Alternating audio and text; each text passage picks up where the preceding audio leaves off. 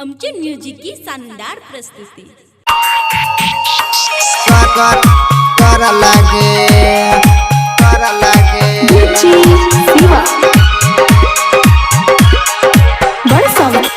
रिमझिम recording studio Samari बत्तेपुर। चढ़ल जवानी कसल छो,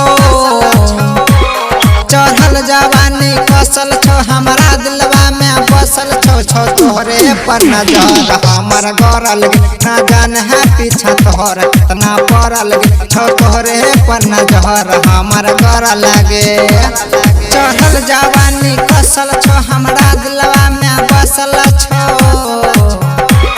चढ़ल जवानी कसल छो, हमारा दिलवा में बसल छो छो तोहरे पर नजर हमर गरल ना जान है पीछा तोहर कितना पड़ल छो तोहरे पर नजर हमर गरल लगे, हमर गरल लगे, गरल लगे। डीजे सनी डीजे सनी डीजे सनी डीजे सनी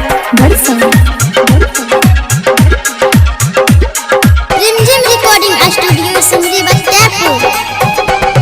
चलै छी जाबा रहिया हिलै छौ गे कमहर देखि के छोड़ा कितना बन जाय छौ गेल भर, बन जाय छौ गेल भर। चलै छी जाबा रहिया हिलै छौ गे कमहर देखि के छोड़ा कितना बन जाय छौ गेल भर। फुलबा के नियन गम कइ छी, फुलबा के नियन गम कइ छी, सोना के नियन चमकै छी छौ देहिया अंग अहंग तोहर कसल ना जान है पीछा तोहर कितना पड़ल छौ देहिया अंग अहंग तोहर कसल लागे, तोहर कसल लागे, कर लागे।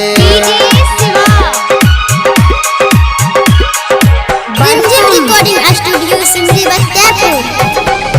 राइटर सोनू सिंह के बनैले तू भतार बताबे गोरी हमरा तू मन के विचार, मन के विचार। राइटर सोनू सिंह के बनैले तू भतार बताबे गोरी हमरा तू मन के विचार। अजय स्टार छे भैया गे वकील बेला भैया गे हमरा से लगाइले नहीं आगे तोर ऊपर के साइज दोनों बढ़ल गे ना जान है पीछा तोहर कितना पड़ल गे तोर ऊपर के साइज दोनों बढ़ल गे। चढ़ल जवानी कसल छो, हमारा दिलवा में बसल छो, चढ़ल जवानी कसल छो, हमारा दिलवा में बसल छो छो तोहरे पर नजर हमर गरल गे ना जान है पीछा तोहर कितना पड़ल गे छो तोहरे पर नजर हमर गरल लगे। Recording by Ajay star Bihar.